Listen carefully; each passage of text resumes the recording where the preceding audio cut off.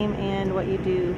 Yep, Sgt Ryan Howerton, RyanHowerton. I'm a survey team member. What was your first name? Sorry. Ryan, Ryan. Okay, awesome. And where are you from? From here. From Fleming Island area. Okay, nice. And what, you're part of the CST? Yes, part of the CST. And what is the CST? Civil support team. So basically, we support civil authorities on anything chemical, biological, radiological, or nuclear. And what's your mission today? Our mission today is go to two local nursing homes and basically just screen their staff and their patients, make sure that we identify patients that have COVID, and then two, identify patients that do not have COVID along with staff. And then, so you say screen, are you mean like you're actually like swabbing. screening? Okay. Yes, so we're actually so you're swabbing. testing them. Okay. Yep. So we each. So are they coming out of the living facility into the trailer, or how's that going to work? Negative. We're going to go room by room. They're already kind of quarantined in their own rooms. It's kind of like a statewide thing where anybody that's in a nursing home or assisted living is already kind of quarantined to their room. So we're going to actually physically go into the room and swab them. So we'll have to change out PPE in between each room. Yeah, so that's my next question. So what kind of PPE you have, and what are you changing from room to room? So we're going to have two sets of gloves on our hands, inner and outer layer. That basically, when we leave from room to room, we'll take out the outer layer, sanitize the inner layer, and then put another outer layer pair of gloves. The inner layer is just like an extra precaution for us. We're also going to have N95 masks on, and we're also going to have surgical masks over the N95. And then when we go from room to room, we're going to take off the surgical mask and put a new surgical mask. Also, the person that's actually going to be doing the swabbing, they're also going to have gowns on.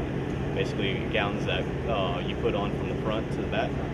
They're going to put those on, and then from room to room, they're going to switch those out.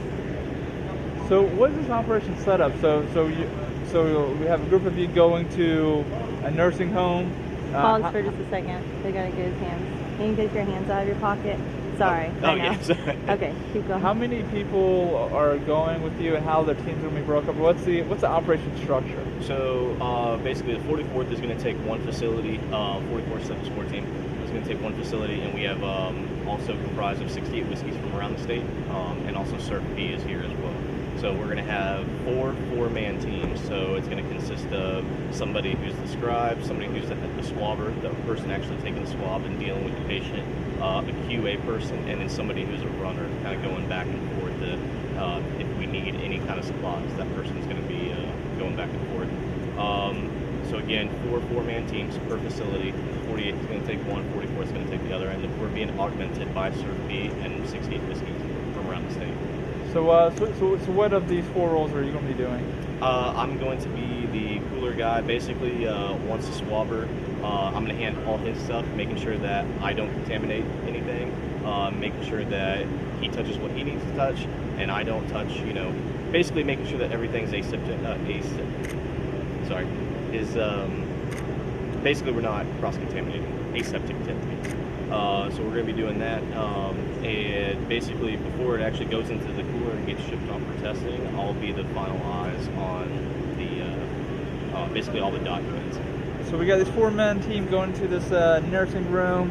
Someone's going to scribe this person's information, someone's going to test it, and then you're going to take this sample, the specimen, to a cooler in the trailer, or how's that work? No, so we're going to have a mobile cooler that goes around with us, and then once that cooler basically fills up, then we're going to have a runner bring that cooler back over here. And on the other side of the building, we actually have a Connex. That's an actual refrigerated Connex that was brought in just for this. And then once we get done with our complete mission, which is about 280 people in one, about 250 in the other, once all that's done, then we're going to have that container shipped off to be tested, basically. What's it like being on the front line of the mission, having to, I guess you're full-time CST, is that how that works? Yes, yep. So 22-man full team. We have Army and Air Force. So like the gentleman that you're going to be talking to next, he's a Air Force, I'm Army, obviously. Yeah, it's a good mission. It's a little bit different than what we're normally doing. So we're having to adapt a little bit differently. We're used to weapons of mass destruction, and biological, meaning like anthrax or any, that type of stuff. So this being a virus, it's a little bit different, but it falls into that biological deceiver movement. So it's still within our realm and capabilities. So we're just having to adjust fire instead of taking samples of actual biological, like I said, taking a sample of anthrax. Now we're taking samples from humans, which is something different that we're not necessarily used to doing, but again, it's within our realm. So we're trying to do that. I know you guys spend a lot of time training all over the state. Obviously you're either responding or supporting a mission, or you're training. So what's it like kind of shifting gears and really having a real world mission that you're the front lines of?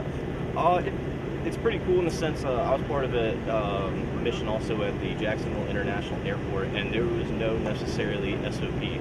So we were basically trying to figure out the best practices. So that's pretty cool in the sense that you're doing something that other people aren't doing, and you're trying to figure out the best way to do it, and then people can replicate what we're doing for future missions.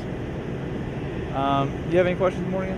Anything we left out? Anything you want to mention or bring up that people need to be aware of whether it's a mission today? What future missions look like? So you got this mission today. What does tomorrow look like for you? So basically, this job is going to, or this mission is going to go until it's complete. Hopefully, it'll be done today. If not, then we're going to come back tomorrow and wrap up if we can't get to all the missions today. But other than that, obviously me being low man on totem pole, I don't know of any other missions that are in the, What's sorry, I just lost my train of thought. What's it like as far as going to a nursing home and doing that to nursing home? Why is that important? Like, why are we doing this? As you have heard on the news, that obviously the elderly patients, anybody over the age of 65, and especially people that are in nursing homes, probably in their 70s, 80s, and 90s, they're more susceptible to the virus. Where you and I might get sick, or we might have complications, they're going to definitely have complications. So we want to identify those people to make sure that we want to isolate them, so that way they're not, infecting other people. Because a lot of people can be asymptomatic. So you might have a 75-year-old who's asymptomatic, they're completely fine, but they might pass it on to an 80-year-old in the nursing home who that could cost them their life, if that makes sense. So basically, we just want to help stop the spread, isolate the people that could be potentially contagious, and also identify people that are more prone to this, or maybe people that are asymptomatic now, maybe they're still in their incubation period. Maybe you need to keep a little bit more of an eye on them, so that way you can keep an eye out for any symptoms, signs or symptoms, and just basically catch it before it could be potentially too late. What's the purpose of the mobile team, right? How come these people can't just participate in one of the drive-through sites throughout the state? I mean, people in nursing homes and assisted living, they're there for a reason. They can't necessarily fend for themselves. So they, some of them have medical conditions, some of them have Alzheimer's, some of them have dimensions where they can't just get in the car and just leave. So basically, us doing this, we're helping out the staff, and we're just basically helping out the elderly community by going to them when they can't come to us. Roger that. Thanks so much, Sergeant. You did great. No, you did really